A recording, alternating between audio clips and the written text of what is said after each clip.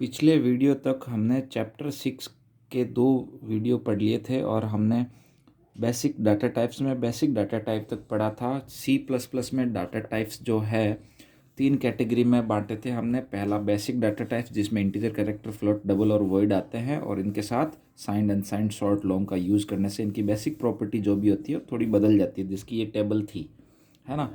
दूसरी data type की जो कैटेगरी है वो है यूज़र डिफाइंड डाटा टाइप, जिसमें स्ट्रक्चर, यूनियन, क्लास और इनमरेशन आता है।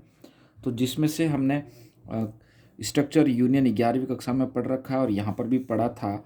और क्लास का एक प्रोग्राम पिछले वीडियो में मैंने बताया था। इनमरेशन, इनम भी एक यूज़र डिफाइंड डाटा टाइप में आता है। इसको आज हम थोड़ा सा आगे पढ़ते हैं और फिर हम डिराइव्ड डाटा टाइप्स की बात करेंगे। और आज हमारा ये चैप्टर 6 का 3rd वीडियो है और इसमें चैप्टर 6 पूरा हो जाएगा। तो यूज़र डिफाइंड डाटा टाइप में स्ट्रक्चर और यूनियन, स्ट्रक्ट और यूनियन ये 2 कीवर्ड होते हैं। स्ट्रक्ट कीवर्ड है स्ट्रक्चर डाटा टाइप को बनाने के लिए, तो स्ट्रक्ट लिखा जाता है, स्ट्रक्चर का नाम लिखा जाता है और फिर ब्रेसेस, और ब्रेसेस के बाद सेमीकोलन होता है और अंदर डाटा मेंबर्स होता है। ये डिफरेंट टाइप्स के हो सकते हैं, ठीक है। क्लास में भी कुछ ऐसे ही था, क्लास कीवर्ड था, क्लास का नाम है, लेकिन वहाँ पर डाटा वेरिएबल के साथ मेंबर फंक्शन होते थे। यहाँ पर सिर्फ डाटा ही होते हैं, ठीक है। जैसे एक एग्जांपल दिया हुआ है, स्टूडेंट स्ट्रक्चर बनाया गया, तो स्ट्रक्ट स्टूडेंट लिखा गया और ये ओपन और ये इसका क्लोजिंग, और इसके अंदर 3 मेंबर वेरिएबल या 3 स्ट्रक्चर एलिमेंट लिए गए हैं, डिफरेंट टाइप्स के हैं। और किसी भी स्ट्रक्चर की साइज़ उसके सारे एलिमेंट्स की साइज़ का सम करके निकाला जाता है, ठीक है। यूनियन भी स्ट्रक्चर की तरह ही होता है, लेकिन उनमें एक अंतर होता है।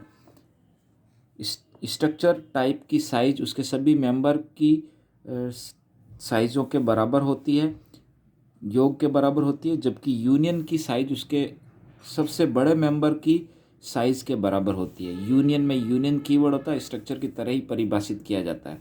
और क्लास, ये सी प्लस प्लस लैंग्वेज में, ये सी प्लस प्लस भाषा का महत्वपूर्ण फीचर है। ये भी एक यूज़र डिफाइंड डाटा टाइप है। पहले हम क्लास बनाते हैं और उसके बाद उसका ऑब्जेक्ट लेते हैं, है ना। इनमरेटेड डाटा टाइप भी एक प्रकार का यूज़र डिफाइंड डाटा टाइप है, जिसमें इनम कीवर्ड होता है और लिस्ट के साथ 0, 1, 2 इन संख्याओं को उसमें जोड़ा जाता है। जैसे enum colour, enum keyword use हो गया, फिर कलर एक टाइप नाम रख दिया, फिर उसके अंदर ब्रेसेस में ये लिस्ट बना दी गई। तो ये बाय डिफ़ॉल्ट इनकी वैल्यू लेगा। अगर इस प्रकार से हम करते हैं तो रेड 0, ये 1, मतलब यहाँ से 0 से होता है 0, 1, 2, स्वतः ही ऐसा हो जाएगा। हम डिफ़ॉल्ट वैल्यूज़ के अलावा खुद भी वैल्यू दे सकते हैं, जैसे enum colour are red, green, green को 3 दे दिया, ब्लू को 8 दे दिया से। बाय डिफ़ॉल्ट अगर नहीं देते तो शुरुआत वाले को 0 मिलता है ना। तो इनम भी एक डाटा टाइप है यूज़र डिफाइंड डाटा टाइप के अंदर। ये स्ट्रक्चर, यूनियन, इनम आपने 11वीं कक्षा में पढ़ रखे हैं और 12वीं में सिर्फ इनका थोड़ा सा वापस से डिटेल दे रखा है। और क्लास डाटा टाइप हमने पढ़ना शुरू कर दिया था पिछले वीडियो में भी, और आगे इसका एक पूरा चैप्टर है। Derived data types, derived data types में पहला पॉइंट एरे आता है। एरे हमने चैप्टर 2 में पढ़ा था, है ना। ये एलिमेंट्स का समूह होता है और इसकी ब्रैकेट इसकी पहचान होती है। ब्रैकेट में साइज मतलब एरे के नंबर ऑफ एलिमेंट्स लिखे जाते हैं। इनिशियलाइज इस प्रकार से किया जाता है। फंक्शन, फंक्शन जिसके नाम के साथ ब्रैकेट होता है, किसी कार्य को बनाने के लिए लिखा होता है। फंक्शन का डेफिनेशन होता है, फंक्शन की कॉलिंग होती है, फंक्शन की प्रोटोटाइप होती है, फंक्शन में आर्ग्यूमेंट होते हैं। फंक्शन 2 प्रकार के होते हैं। तो ये सारा फंक्शन, और वैसे चैप्टर 8 आगे फंक्शंस का ही है। पॉइंटर, पॉइंटर एक ऐसा स्पेशल वेरिएबल होता है। डिराइव्ड डाटा टाइप्स में तीसरा है पॉइंटर। पॉइंटर एक ऐसा स्पेशल वेरिएबल होता है जो दूसरे वेरिएबल के एड्रेस को स्टोर करता है ना, जिसको स्टार के साथ डिक्लेयर किया जाता है। मतलब जैसे कि इंटीजर वेरिएबल अगर x है जिसकी वैल्यू 5 है, अगर इसे x का एड्रेस डालना है तो ptr, देखो स्टार के साथ डिक्लेयर किया गया एक वेरिएबल, मतलब एक पॉइंटर है जिसके अंदर एड्रेस ऐसे डाला जा सकता है। अगर स्टार के साथ इस ptr को डिक्लेयर नहीं करते तो ये पॉइंटर नहीं बनता और ऐसे एड्रेस भी स्टोर नहीं करते, एरर आ जाती। तो पॉइंटर दूसरे वेरिएबल का एड्रेस को रखता है। रेफरेंस वेरिएबल, रेफरेंस वेरिएबल किसी रेफरेंस टाइप के वेरिएबल को रेफरेंस वेरिएबल कहा जाता है। और ये एक प्रकार से किसी दिए गए पहले से डिक्लेयर किए गए वेरिएबल का उपनाम है। उदाहरण से आपको ये समझ में आएगा। तो रेफरेंस टाइप के वेरिएबल को रेफरेंस वेरिएबल कहते हैं। जैसे इंटीजर एक्स एक वेरिएबल है जिसकी शुरुआती वैल्यू 10 है, तो अगली लाइन में जैसे देखिएगा मैंने ऐसे वेरिएबल डिक्लेयर किया, int address of Y equals to X, मतलब एक वाई एक रेफरेंस वेरिएबल की तरह है जिसमें एक्स है। तो ये x यहाँ पर एक इंटीजर टाइप का वेरिएबल है और y इसका एक उपनाम है, ठीक है। अगर मैं x और y दोनों को प्रिंट करता हूँ तो वैल्यू वही 10 ही प्रिंट करेगा, तो इस रेफरेंस टाइप के वेरिएबल को हम रेफरेंस वेरिएबल कहते हैं।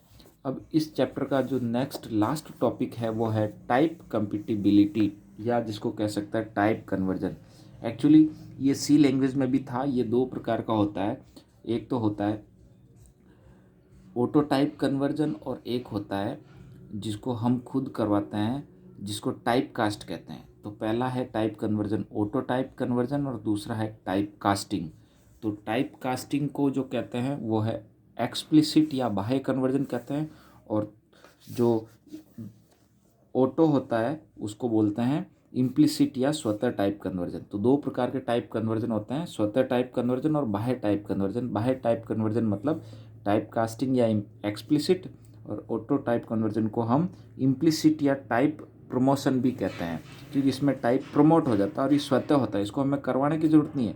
ऑटोमेटिकली इंटीजर और कैरेक्टर का होगा तो वो इंट में बन जाएगा, इंटीजर और लॉन्ग में होता तो लॉन्ग में चला जाएगा, तो ये ऑटो टाइप कन्वर्ट हो जाती है ना। टाइप कास्टिंग हमें फोर्सली मतलब करवानी पड़ती है।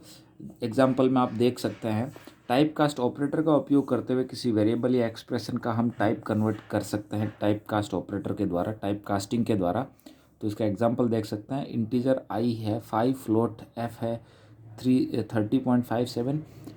मैं अगर ऐसे आई लिखूंगा तो आई प्रिंट होगा, लेकिन मैं आई के साथ अगर आगे ऐसे फ्लोट लिख दूंगा तो ये यहाँ पर क्या किया हुआ है, ये यहाँ पर टाइप कास्ट किया हुआ है। किसी भी एक्सप्रेशन के आगे कोई दूसरी डाटा टाइप का नाम लिख देते हैं तो उसको बोलते हैं टाइप कास्ट करना। देखिएगा आई एक इंटीजर टाइप का लेकिन उसका आगे फ्लोट लिख दिया, है ना। एफ एक फ्लोट टाइप का लेकिन उसका आगे इंट लिख दिया, तो ये हमने टाइप कास्ट कर दिया। अब वो फ्लोट क्या था, एफ क्या था, एफ एक फ्लोट वेरिएबल था, फ्लोट वैल्यू पड़ी है इसके अंदर, लेकिन इसको मैं इंट करके प्रिंट करवाना चाहता हूँ, तो एफ है लेकिन उसको इंटीजर के रूप में ये प्रिंट करवा दिया, तो ये कहते हैं, इसको कहते हैं टाइप कास्टिंग। तो इस प्रकार से दो प्रकार से टाइप कन्वर्जन या टाइप कंपैटिबिलिटी किया जा सकता है, एक तो ऑटो कन्वर्जन और एक बाह्य कन्वर्जन। ऑटो को हम टाइप प्रमोशन या इम्प्लिसिट बोलते हैं, जो ऑटोमेटिकली होता है और कंपाइलर स्वतः कर देता है। जब मिश्रित डाटा टाइप किसी एक्सप्रेशन में होते हैं तो कंपाइलर स्वतः ही ये कन्वर्ट कर देता है, छोटे टाइप स्वतः ही बड़े टाइप में कन्वर्ट होता है ना।